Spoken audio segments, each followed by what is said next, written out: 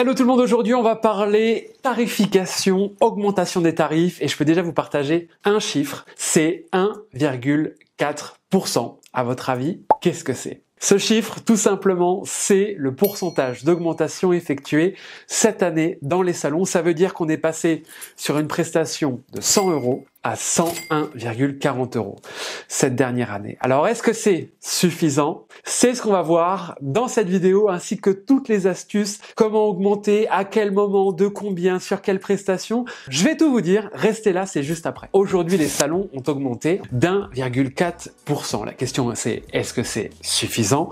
Comme je vous l'ai dit tout à l'heure, c'est passé de 100 à 101,40 €. Et pour votre information également, sur les 6 dernières années, l'augmentation moyenne est de 2,2% dans les salons de coiffure. En France, bon, je vais déjà vous squeezer quelques petits éléments. Et oui les amis, c'est pas suffisant. Et c'est pas pour rien que dans beaucoup de salons, ou certains salons qui n'ont pas répercuté une augmentation suffisante, on verra de combien elle doit être, forcément les marges ont un peu fondu en face de l'inflation qui est en moyenne de 2 à 3% et parfois plus selon les différentes années. Alors à la question, est-ce que c'est suffisant d'augmenter 2,2% ces tarifs chaque année ou 1,4% comme cette dernière année ? Eh ben je dois vous le dire, non, ce n'est pas suffisant. Pour moi aujourd'hui, le minimum c'est 4% chaque année. Mais attendez, restez là, je vais vous expliquer pourquoi, sur quoi et quand. Dans la suite de cette vidéo, en tout cas 4%, oui, c'est ce qu'on doit faire chaque année comme augmentation. Pour moi, c'est le minimum.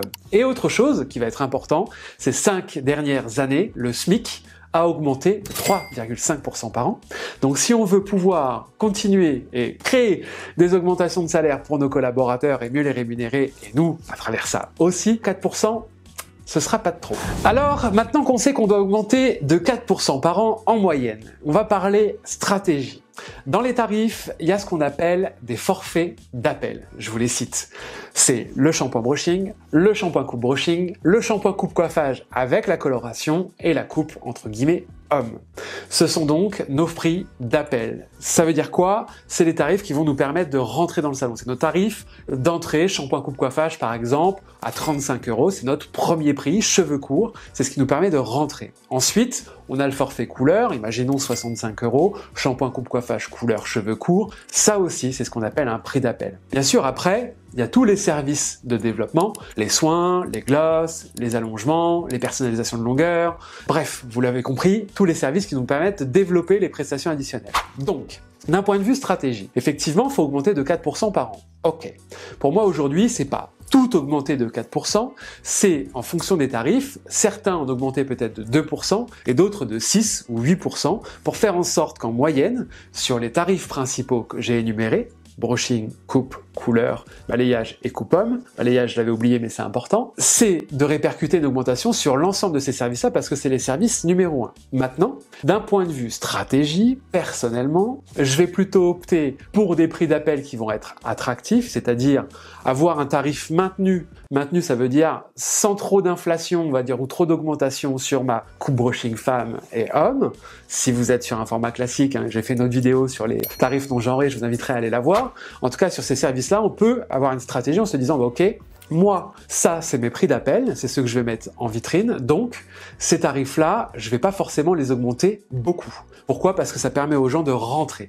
Ensuite, par contre, il y a des salons qui vont avoir dans la stratégie de se dire, ok, en revanche, tout ce qui va être mes services d'allongement, balayage, coloration et soins, là, par contre, effectivement, je vais augmenter mes tarifs. Ce qui fait que j'ai des tarifs d'appels qui restent attractifs, qui permettent aux gens de rentrer dans mon salon, qui, au point de vue de la concurrence et du secteur et du marché sur lequel je suis, je reste concurrentiel. En revanche, dès que je commence à développer par mon expertise, mon approche et celle de mon équipe, là, je travaille sur des tarifs qui sont plus élevés et bien sûr, j'effectue un devis à chacune de mes prestations pour valider avec ma cliente que le tarif est OK. Donc, pour résumer, la première stratégie, c'est de garder des prix d'appel maintenus et de travailler des augmentations plus importante sur tous les services de balayage, de soins et de colo. Ça, c'est la première stratégie. La deuxième, c'est de tout augmenter et effectivement, si vous augmentez aussi votre prix d'appel, forcément, vous allez être moins attractif et le ticket d'entrée dans votre salon sera plus élevé. Donc, tout dépend la stratégie que vous allez avoir, soit je garde un prix d'appel attractif, mais je développe un maximum de prestations additionnelles en m'assurant que là, par contre, les tarifs soient revalorisés régulièrement pour être dans la bonne tendance des fameux 4%, soit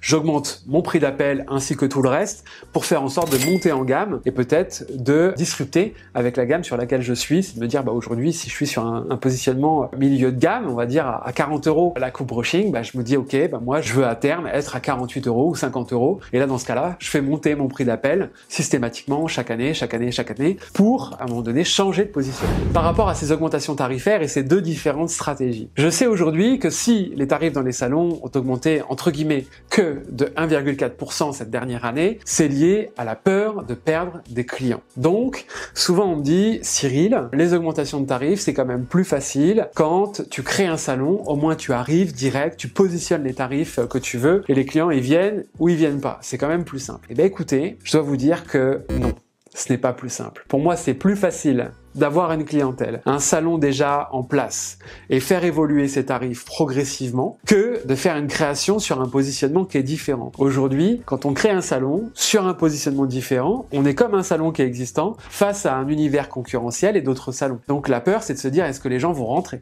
Alors que moi, si les clients me connaissent, qui connaissent ma valeur, je suis plus à l'aise de me dire ok, ils connaissent la valeur que j'ai, ils savent qui je suis, comment je travaille. Donc pour moi, la clientèle qui vient chez vous aujourd'hui, c'est celle qui est la plus disposée à vous suivre dans cette augmentation. Donc, ne pensez pas que l'herbe est plus verte ailleurs, parce qu'aujourd'hui, c'est juste un chemin à faire, une décision à prendre et de se dire, ok, soit je reste sur le même positionnement et je fais évoluer toute la partie développement de services et mes services additionnels sur la partie tarification et aussi mes prix d'appel, soit je fais tout évoluer avec pour objectif de changer de positionnement. Et donc, c'est deux stratégies différentes, mais gardez en tête que souvent on se dit c'est plus facile chez les autres. Non, non, c'est juste se dire, allez, j'y vais, je travaille sur mes tarifs, j'augmente et je revalorise. L'autre question souvent c'est quand?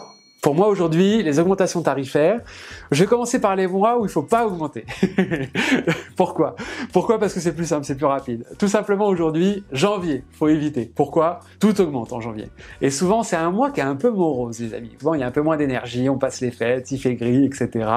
Donc, non, je vais pas le faire en janvier. Le deuxième mois où je le ferai pas, c'est septembre. C'est pareil. C'est après les congés, on retourne au boulot. Alors, il y en a, ils sont très contents, n'est-ce pas? Et il y en a d'autres, c'est plus difficile, on revient des vacances. Donc, c'est toujours un peu plus complexe. Et si en plus, on se dit, en plus, on se prend des augmentations, c'est compliqué. Donc, pour moi, les meilleures périodes, c'est de décembre. Ça, c'est le meilleur mois. On est dans une démarche festive et là, c'est le top.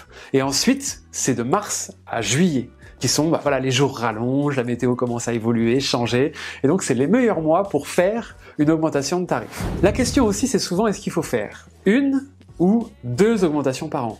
Les amis, moi, je vais vous dire, les deux sont possibles. Maintenant, psychologiquement, pour une cliente ou un client, si je prends, entre guillemets, deux augmentations dans l'année, psychologiquement, j'en ai quand même pris deux. Donc, je suis plutôt partisan d'une augmentation par an, mais je ne loupe aucune année. Chaque année, j'augmente.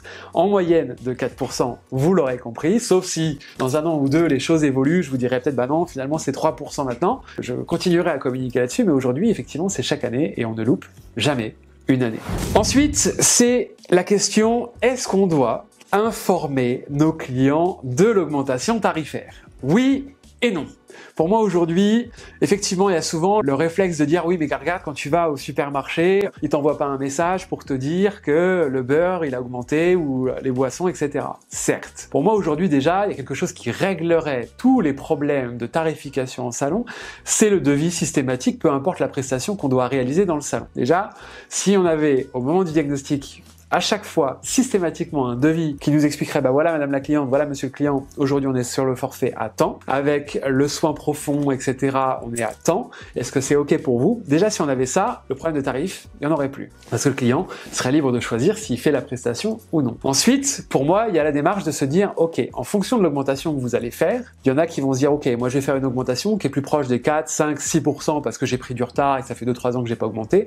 Oui, envoyer un SMS à ses clients en les informant d'une augmentation de tarif, c'est pertinent. Sauf que je ne parlerai pas d'une augmentation de tarif, mais d'une revalorisation de nos forfaits ou une revisite.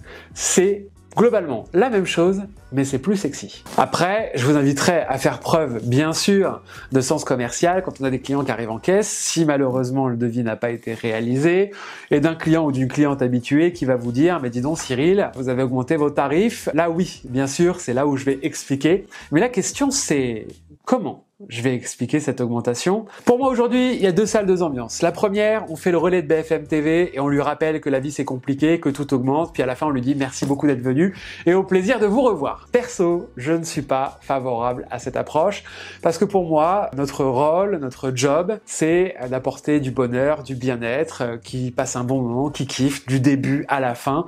Et pour moi, notre rôle n'est pas de leur rappeler leur quotidien. Donc, je ne vais pas opter pour cette approche. Je vais plutôt opter pour une approche, la première c'est neutre, oui effectivement, et c'est tout. On va pas se justifier les amis, pourquoi on aurait à se justifier dans le fond, on n'a pas de justification à apporter.